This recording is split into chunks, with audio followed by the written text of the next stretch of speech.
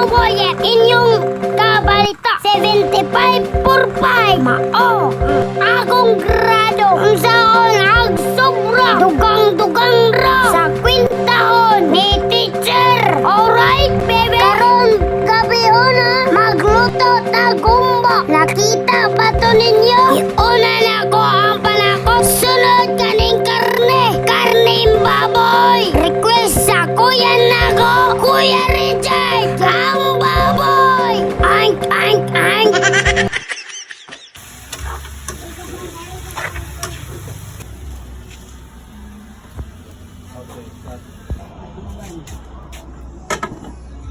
Tagluban iperesiko. Magbukas ka pa ng tuna at kukulangin ang isa. Maglabas ka pa ng baso.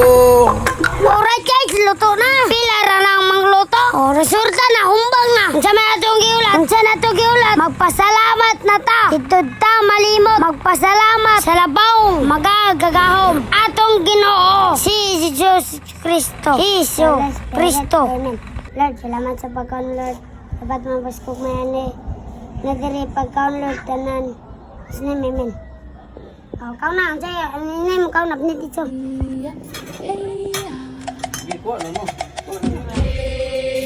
Guys, mama, kanon. Palaro tuwag sur. Palaro tuwag sur.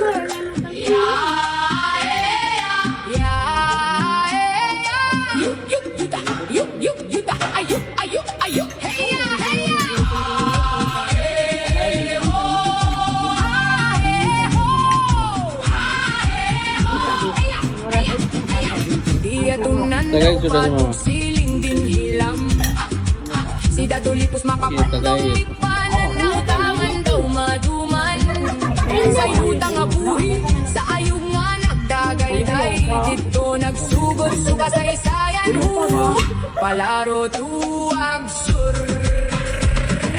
Tulo ka dekada ang pagulat. Sa hangin ulan padayon ang pangandoy. Ang yuta nagtipik sa danggo sa katuan.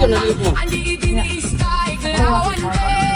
Palaro tuwag sur. Pamati sukanong tuktinong yuta. Taling aso matitasan dinuga. Palaro tuwag sur. Palaro tuwag sur.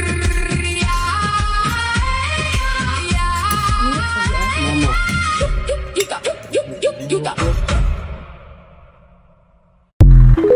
Kung giabot ka dire, nananaot ko, naunta kamo, nang niyayapon na dyan sa uban dira, kamulo pang hikay, bago pa nakauli, gikan sa pini kamo, tibok adlaw, mga igsoon, ay mo kalimot, pagpasalamat o pag-ampo sa Ginoo, kay ang grasya, bulahan tita, magamay, og mudako, ay na may gramo, atong ginabuhi, laman ra, himo, laman, o lama kubi, silang kalibo.